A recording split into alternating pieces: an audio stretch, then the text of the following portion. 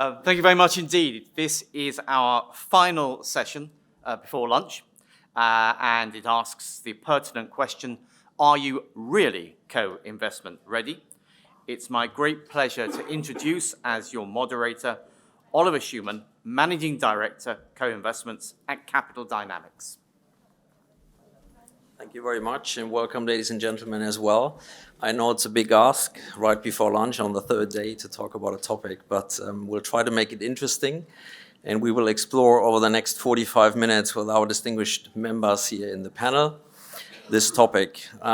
We'd like to make it interactive, so if you have questions, feel free to chime in between. We will also have a Q&A session in the end. My name is Oliver Schumann. I will be your moderator today. And in terms of my own background, I've been working in the co-investment industry for 25 years. The last 15 years at Capital Dynamics, where I'm currently the co-head of the co-investment team. I also want to thank, by the way, Alex, who actually replaced the last-minute dropout. So thanks a lot, Alex, for being available. There were some personal reasons why Caspar couldn't be here. Let me start with a couple of numbers. There are 160 active co-investment funds in the market right now. They manage 125 billion of assets.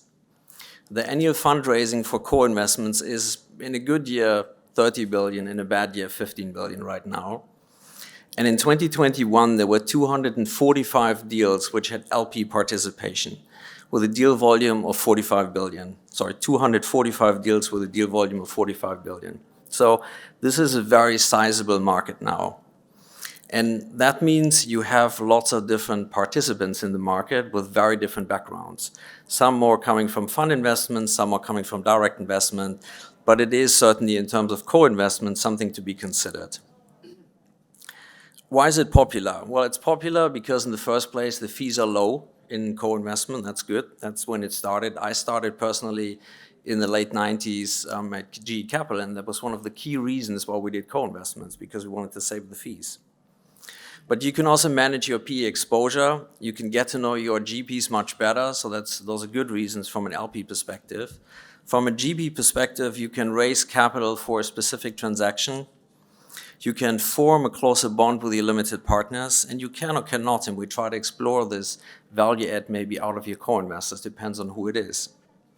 So it should be a win-win.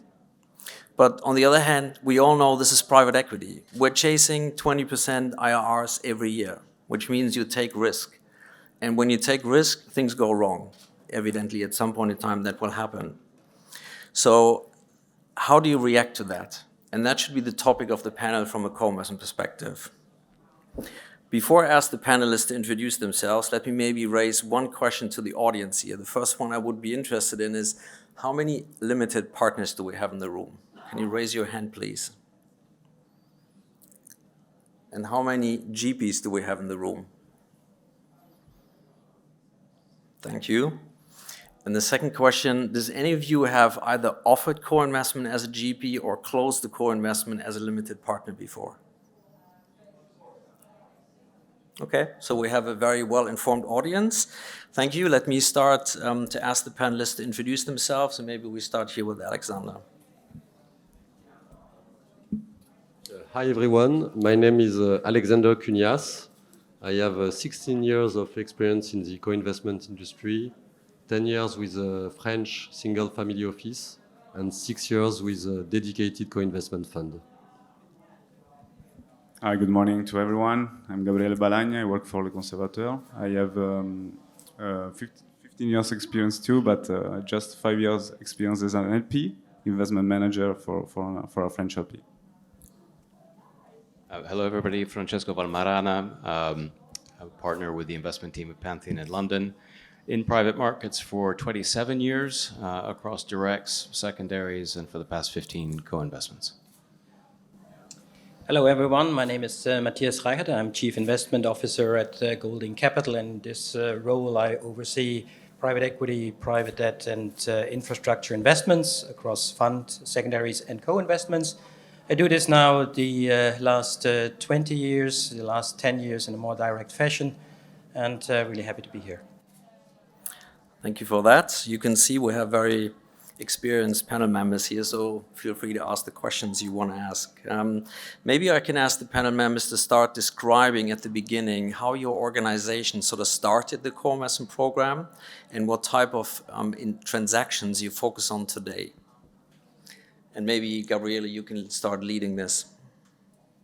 Yeah, hopefully. Does it work? No. Does it work now? Yeah. Sorry. No. Yeah, absolutely. We are a French LP. We manage today around 9 billion euros. We collect around 1 billion per year, and we have classical general fund. We're a life insurer. We have a classical general fund, but we also have a typical a very unique product, which are target date funds called Les Tontines, and we manage around 4 billion on this strategy. And this is where our efforts in terms of private equity investment and co-investments are focused. Just a word on the Tontine. Our investors invest in for 10 to 25 years. They cannot withdraw the money, so there is really an illiquidity risk and an illiquidity premium to find. And private equity is perfect for that. And maybe one word, why co-investments for us? What is important for us is to gain allocation on private equity from day one. I mean, we know all the advantages of co-investments. Actually, they're free, there are no fees. The investment horizon is quite clear at the beginning.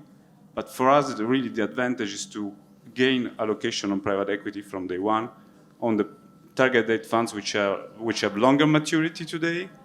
And if we invest in primaries and secondaries, it takes more time. So that's really, for us, the best advantage. Yes, maybe I can ask the other members to also introduce their approach, maybe starting with Matthias. Sure. Well, starting with our clients, actually. So our client base is predominantly pension funds and obviously want to getting exposure to private equity, private debt, and infrastructure. And initially, obviously, we did this with the usual, being a fund of fund, being 13 billion assets under management, with fund investments. However, at some point in time, you come to the conclusion that you have your own opinion, that you think there are, let's say, investments to be made, either regional or sectorial, where you expect either a pickup or a certain risk-return profile you want to penetrate on the one hand side. On the other side, let's say NAV and exposure built up, particularly from a German investor perspective, is important because some of our investors, let's say, went on the journey to build up private markets portfolio quite late. So if you wish, speed is of the essence. And so we added co-investments across basically all asset classes and experiencing the benefits of it. All the downside elements Oliver already alluded to. Pretty sure we are targeting these later. So Pantheon sounds similar, a little bigger maybe. We're about 90 billion assets under management, 60 in private equity. And the co-investment side of that is about 10 or 12 billion now. And it started out very much as a reactive approach to accepting co-investments from the GPs when they showed them back in the 90s. And we'll come on later when we talk about mistakes we made, but that was definitely not the way to do it. Post GFC, we had a root and branch review of how we were approaching co-investments, put a much more structured approach in place as part of the primary program to deal with the J-curve. And the whole concept was keep our primary funds positive. They never did, dip into the negative. The program has since grown, and we now have a dedicated funds. We have a dedicated global team. Part of my responsibility is sourcing the co-investments to feed into the machine. We probably see over 200 co-investment opportunities a year and execute about 10 or 15% of that. So it's turned into a much larger, more professionalized, dedicated program than it was at the outset. Thank you. Andera Partners is a French GP with 3.6 billion under management and 6 strategies. And for the co-investment strategy, we have a very specific type of clients, which are mostly family offices and high net worth individuals who are not comfortable with a 3, 4, 5-year investment period. So we have a 1-year investment period, and co-investment is a way for us to do direct investing with a shorter investment period, which leads to a shorter duration for the fund versus like a buyout fund or a fund of fund. So if I hear this correctly, all of it very sort of return driven and all very embedded into your other programs, which are your primary and secondaries programs. No? I think the two things we're not really seeing on the panel here today is one, the typical limited partner who does mostly primaries and every once in a while does 1 or 2 investments. That's not really represented. And the other end would really be sort of the large Canadian pension funds or others who are very active, and that's the topic we want to explore a little bit in the next question here. So the next question would really be to the panel. I mean, when you do transactions and you sometimes see other co-investors in your deals, what type of co-investors do you see? Do they have the same setup? Do they do it every once in a while? Do they do it very often? Do they take board seats? Are they more active? What are the different approaches that you see in the market? Maybe, Alex, you can start. Sure. So I would say it really depends on what you are trying to achieve when you do co-investments. Traditionally, it was a way to reduce fee. You have a familiar relationship with a GP you know well, and on a number of assets you want to increase your exposure. I would say it has changed over time, and now it's an asset class. You have like the co-investment fund, which are not just doing it to reduce fees, but for profit. It's an asset management business, and a lot of LPs are hiring teams with direct investment experience to use the co-investment rights that the primary or secondaries portfolio are generating. So I would say it really depends. We see a mix of large players, small family offices, and depending on the type of deal, the geography, the industry, it varies a lot, but definitely a very competitive market where securing allocation is difficult, and you need to be extremely reactive. Yeah, maybe I can comment on that, on securing allocation for let's say, with respect to you, tiny actually player, which we are on co-investments, to be honest. I mean, for us, the approach is quite different. We do mainly primaries, so for us the idea is to try to lower fees, to increase our value, to move the needle towards us. How to do that? I mean, when we discuss with the funds when we enter in, we try to secure a co-investment, let's say, activity. Then we can, of course, decide to do it or not.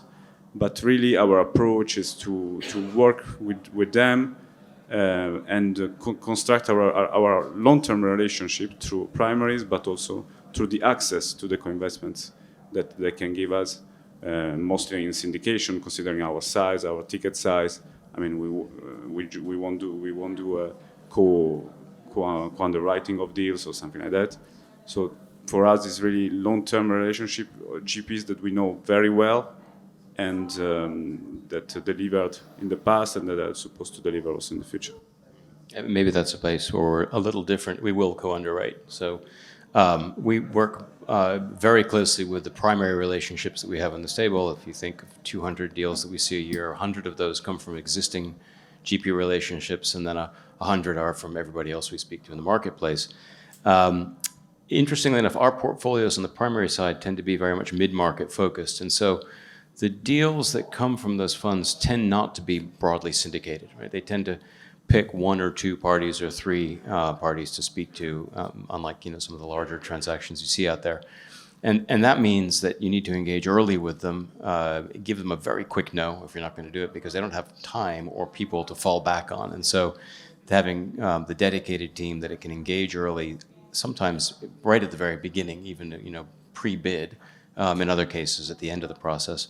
But if we say that we can be there with the capital in almost all cases, unless there's some material diligence event, then we show up. And I think that's part of the importance from their side of working with institutions like ours who are dedicated to co-investments. Let me answer the question slightly differently. So we're seeing obviously different type of co-investors in different forms, starting with family offices, very entrepreneurial driven, very transactional driven, and they don't care about fund investing. This is not their DNA. They want to go direct, and they can't go direct, so they're going co-investing. Pension funds and insurance firms, they would love to co-invest. Sometimes they are restricted by their internal resources, by their internal capabilities. So they are, if you wish, outsource the co-investing capability to houses like Pantheon, like us, like others. And we are the extended workbench and offering product to get access to co-investing. And at the end of the day, if you're a pension fund, you all have to ask yourself, do I build my own team? We have built our own team. That's another question. How are you running it internally? Are you running it as part of your general investment team, or are you building up a dedicated co-investment team? We are still keeping it, let's say, integrated. So fund investing, co-investing being integrated in the sense that people who are doing fund investing are also taking care of co-investments. You already mentioned the relationships. They are very important because what you're offering to GPs is not only capital, you are also offering, hopefully, a robust commitment. What I mean is they need to rely on you that you are there at the end. And this also depends when you are entering the deal. Are you entering the deal when the deal is still being created? Or are you entering the deal at the end of the day when it's being syndicated and then everything is baked and not much to be done? So obviously, depending on the type of transactions you're doing, you need a different type of team. But so far, we are quite happy with the integrated team, as particularly the relationship element is kept in one hand, if you wish, in one particular part of the team. The other question is the capabilities. So we've built a team of direct investors. I myself joined from Barclays Private Equity 10 years ago. Other colleagues joined from Permira. So I think it's helpful if you have seen the other side of the world and have done a deal yourself. You can play on the same eye level with the GP, and you can run not even faster, but at least as fast as the GP you want to deal with. I think that's a very important topic. We call that sort of working in lockstep with your lead investor, and maybe it's a question to explore. On the timelines in today's market, maybe you are in different ends, and that's why it's interesting, and I think it's also regionally interesting because Europe's very different from the US, to be honest. What are the timelines that you see, that you sort of the demands from a lead investor within which you have to close an investment and give them a firm answer? Because one of the things we found out very often ourselves is it's not a problem to turn down a deal, but it's a question of when you turn it down. If you turn it down late stage, they get really upset with you and you might reach the opposite of what you wanted, is get to know your lead investor. No? So maybe what's your perspective in different ends on timeline? And how quick do you have to be? We've seen everything from over the weekend when somebody did fall out of a process to, I just had a call from one of our core GPs who's doing a buy and build, and he said, we're going to be closing it over the next couple of months, and probably towards the end of the year, we'll need some capital for it. So it really is every different situation. I think the key is, and we use, I would call it a GP-led approach, understanding the GP, understanding the deals, the partners, and if that often covers off 50% of the due diligence checklist. And so if we need to respond over the weekend, as in some cases, then we can be there very quickly in those situations. But we try not to get too many of those. Well, good luck.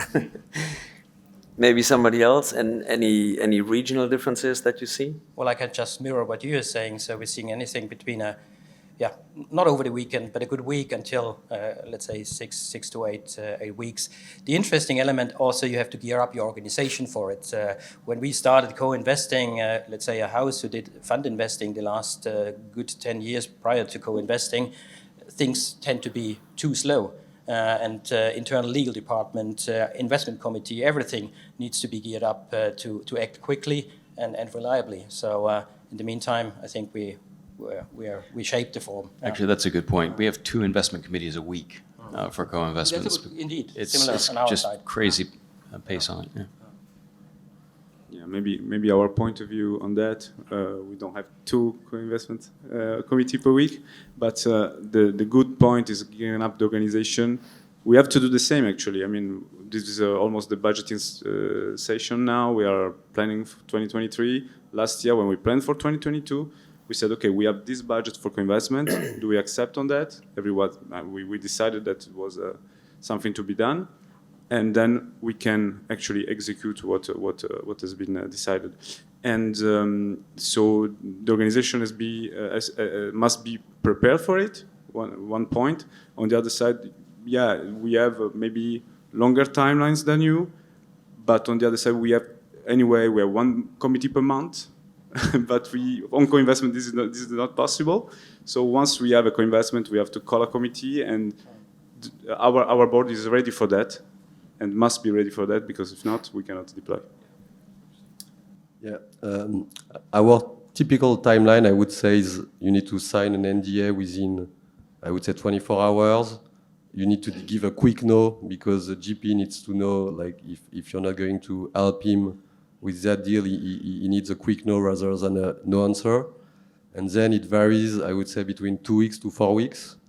For good deals, obviously, you need to be able to get like an IC approved commitment as soon as possible. And it's not the timeline of the deal, is if you're not capable to do your due diligences and take a decision very quick, you might not get the desired allocation, and it's a trade-off between, you know, like the type of work and homework and comfort you can get on a deal versus not getting your allocation. And what we've seen like in recent years is GPs are reducing the bandwidth of the deal team for co-investors. GPs are providing co-investments, but it's often free.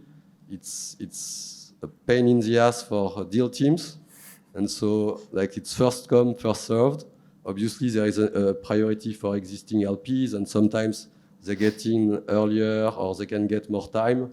But we've seen more and more GPs saying we are offering co-investment, but first come, first served. So you need to have the type of governance and structure and team in place to be able to take informed decision within a very tight timeline. I hope we didn't scare anybody who wants to get into co-investment, that you have to spend your weekends executing these deals. I think there are sometimes also longer time periods, but I think the days of post-closing syndications where you have 2 months or something, they're probably over. And I think that's also important to notice. Maybe another topic we sort of already touched and we can discuss very shortly is who is really taking an active approach? I mean, Francesco, you're saying you're co-underwriting. What does co-underwriting for you in today's world really mean? And maybe on the other end also, what is sort of the minimum that you have to deliver? So it's this kind of spectrum between you're trying to get in, you secure an allocation, you're a fund investor, or you're a co-underwriter, which is a very different standard, obviously, in terms of your sort of value add also to the GP. Yeah, and you're right. It is a spectrum, and it varies by GP, it varies by deal within the same GP. Most, I would say, of the transactions that we are doing now, we are engaging, not necessarily co-underwriting, but there alongside the GP. And as co-investors, you typically work off of the GP's due diligence, but our team, like yours, also has ex-direct investors in it, so they come back often with additional questions, a different viewpoint, a different thought. And the feedback that we have from the GPs, because we also are trying to ensure that we don't put too much weight on them, as per Alex's point. We always try and hear from them afterwards, what can we improve in our process? And they really seem to like the extra sounding board in terms of, additional diligence points, particularly if they're sensible, helps. And that knowing that there's another institution that's sort of sitting there and looking at it alongside them. So I think that's the main value add. It's not, obviously it's the capital, that's a clear one. Second then is the ability to not screw up their process by being quick on a no. But the third is being there with the deal team, not weighing them down, and maybe providing a bit of additional resource to them. I'd say those are the main 3 ones. Does anybody have sort of anything to add or different experience in that? Let me answer it again slightly differently. You asked for the activeness of the co-investment approach. And first of all, there are also passive co-investors, which is a fully fine approach. We are all underwriting good GPs we like, we trust, and we commit significant amounts to. And it's a perfectly fine, let's say, passive co-investment approach to basically take every co-investment on board which they offer. However, at some point in time, you might want to be probably slightly more active and think about your own portfolio construction, because co-investments, we just don't do for the sake of it. They have a function, they have a role to play. So from that perspective, depending on your strategy you're running, from a regional and sectoral point of view, you're starting to pick, you're starting to select, and then you're having the first level of activeness. The second level of activeness is what Francesco just said. You just don't believe in full what's coming and the due diligence pack and everything and the co-investment presentation. You are re-underwriting, basically. You're coming up with your own cases, you're coming on with your own sensitivities. You might want to get access to the management team. You also want to do maybe references, and we are talking from time to time, not we directly, but the organizations, to exchange views. And lately, or lastly, probably the highest level of activeness, if you're getting away from a condition taker to a condition pusher.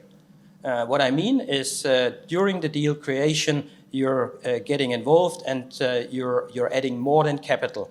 Well, it can be either more capital than your own capital, and you attract additional co-investors out of, let's say, your wider network and forming an, let's say, co-investment club, adding to the co-investment deal, or you're adding information because we're having a global portfolio. So if you're doing an airport in Europe, you might compare it to an airport in the US and how it compares from a economic perspective. So this is value add. But I only have to warn or make one statement: drop the ego, because if you're getting too, let's say, direct, too forceful with your GP, you might not be invited the next time. And I think this is the fine line you have to walk. Be a good partner, be a reliable partner, but don't be a nuisance. Maybe once. Yeah, on the relationship with the GP, the proximity is very important for us. I mean, we have different relationships, of course, and different kind of, let's say, development of those relationships. And when we see a co-investment, one important thing, of course, is to understand the business. Everything that we do, you do it a lot better, I would say.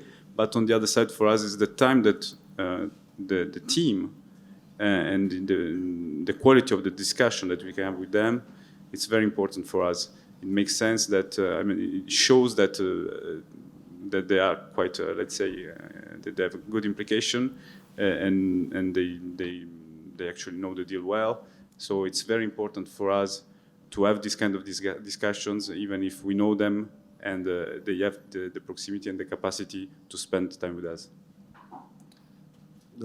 Just to add one comment, something maybe that has evolved from my point of view in the last 15, 16 years is when I started, you would only do co-investment with trusted existing like primary relationships because private equity was like more focusing on like primary deals where GPs have to be more involved, and I would say that nowadays, on a number of, like, I would say, low-risk deal, maybe like tertiary, like quaternary buyouts, where the management team in place knows very well is really like good and have an M&A team in place. They've been used to deal with private equity.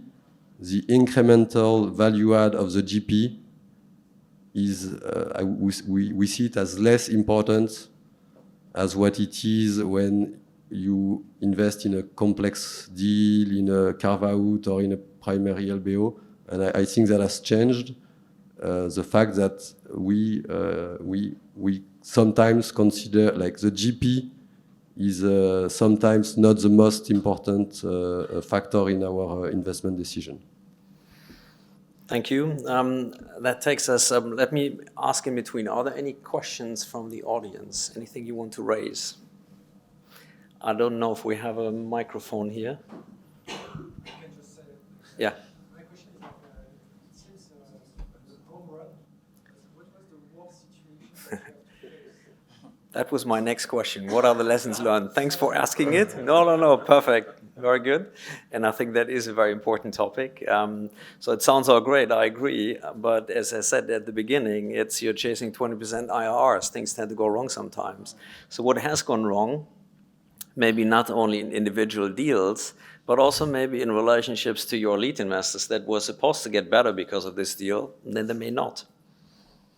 I don't know. Who wants to lead, Francesco or Diaz or somebody from the... Happy to start. Well, I mentioned in the introduction that we formalized our process after the GFC, and that was in a response to some just dramatic screw-ups that we made pre-GFC, right? So it was a much smaller market, not so many GPs offered co-investments. We did it with direct investors on our team who were running the co-investment programs, but they were part of the primary fund-of-funds portfolios and didn't have their own portfolio construction. They didn't have their own limitations in terms of sector and stage and this, that, and the other. And that really hurt. We made another classic mistake, which was we would do a smaller bite size and smaller deals and bigger bite sizes and bigger deals. And we were things like BIFA, right, which was just an absolute disaster. And so, we took that on board, and when we present our track records to our LPs or prospective LPs, we say, look, this is how it's improved over time. So post-GFC, so about 2009 or 10, we totally changed it, put in place a top-down portfolio construction so we didn't get overweight, equal bite size. The other thing that maybe is different, and we have long discussions with colleagues in the industry about whether it's right or not, but we do broadly diversified portfolios. So some people like to think of co-investment portfolios as a mini GP portfolio, and they want 10 deals, and every deal is going to make a difference. Our clients tend to be pension funds and insurance companies, and what they want is effectively the outperformance of a co-investment with the risk profile of a big fund of funds. And so we have 50, sometimes 60 individual co-investments. The average bite size is 2% across our portfolios because you are going to lose one or two. That's just life. But we want to make sure that we can still deliver something close to the 2 and 20 or even 2.2 and 25, which is the raw deal return that you're getting from the GP. So the key learning and the mistake was not to have a structure in place that limits the risk you're taking in the portfolio. The good learning is that if you do that, and then you focus, and I have to say I do disagree with you a bit on this, Alex, is the GP is absolutely critical because when things go wrong, they're the ones who have to protect value. If markets are going in the right way, then they can ride along with the markets, but it's going to be in the next 12 to 18 months, we're going to see how important they were. We had a moment like that in 2020. And so the good learning has been focus on your core GPs, focus on the deals that are core to them, focus on the partners that have done those deals that are core to them, and your likelihood of getting it wrong is lower. And so if we look at our track record, what we see is that the deals that we have chosen to do with our GPs generally are 0.2x better performers than the deals we have turned down with the same GPs because they were slightly off strategy, slightly too big, not the right partner, all the things that create additional risk, which we don't want to take. Maybe we'll let Alexander respond to that here quickly. No. I mean, I agree. You prefer investing with a GP you know well. A GP is obviously critical, but taking it's a complex investment decision with so many factors involved. And my point was just to say that the weight of the GP on a specific number of deals, I feel it has declined. I'm not saying it's something you don't look at, and I agree with you. If you stay within your core GPs, like the core industries and the good partners, obviously you're more likely to overperform.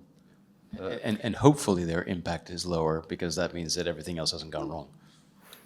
In terms of mistakes, I mean, obviously, in co-investments, in private equity, generally speaking, you can lose all your money. So it happens sometimes. You try to avoid that, but it happens.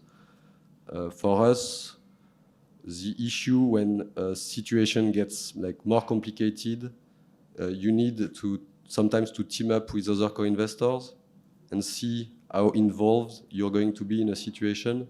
And it takes like a lot of time, and it distracts you from like sourcing other deals, doing due diligences on other deals.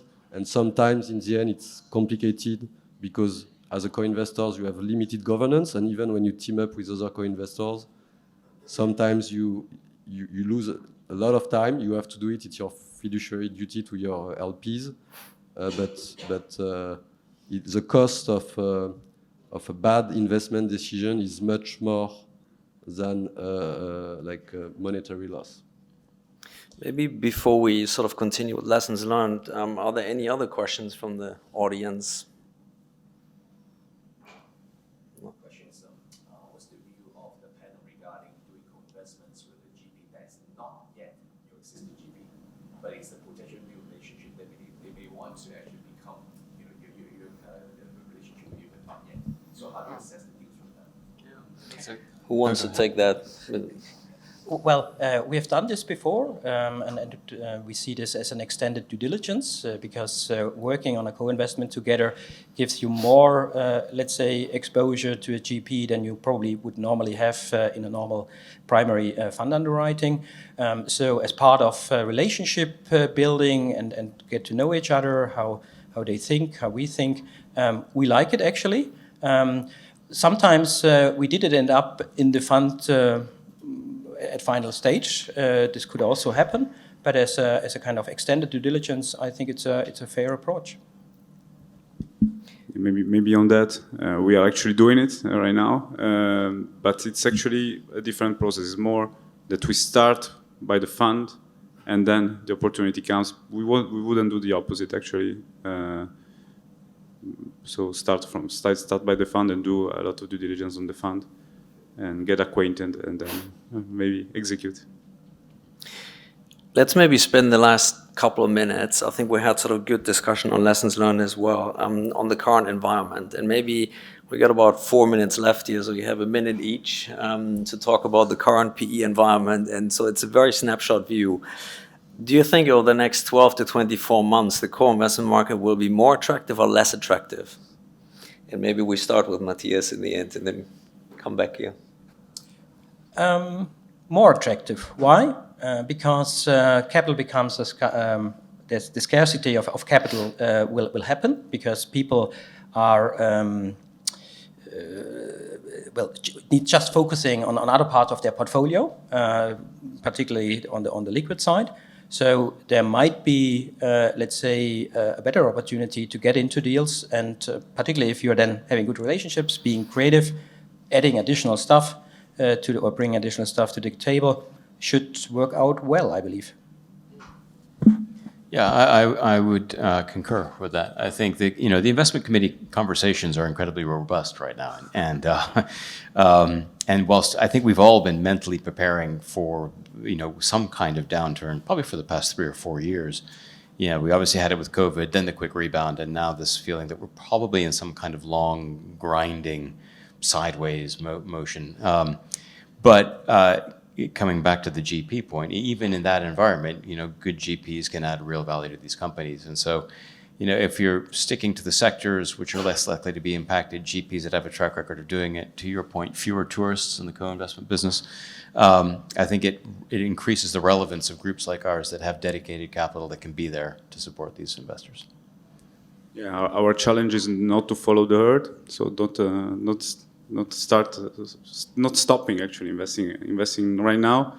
Actually, if you look at performances of funds starting during recessions, those are the best performing. So potentially deals are also best performing, and this is really our day-to-day challenge to go to the board and say, okay, we stick to this strategy. We continue investing in a consistent way, because actually the environment is going to be more and more difficult, more challenging, and we risk to lose some opportunities. I think we've been awaiting like some time for market prices to come down, because since the war in Ukraine, now there is inflation, energy prices rising, liquid assets prices falling, whereas private equity prices have remained quite stable. Debt financing is harder to secure, especially for larger deals, and we believe it's going to be more attractive to be a co-investors in the next 12 to 24 months. I think in the good old saying, never waste a good crisis, I think we will let you go for your lunch. I think you will make the introduction. I want to thank the panelists for taking the time here to be available. I think hopefully it was insightful for you that we could provide something in terms of a thought process of setting up a co-investment program. So thanks a lot. Bye. Thank you, Oliver.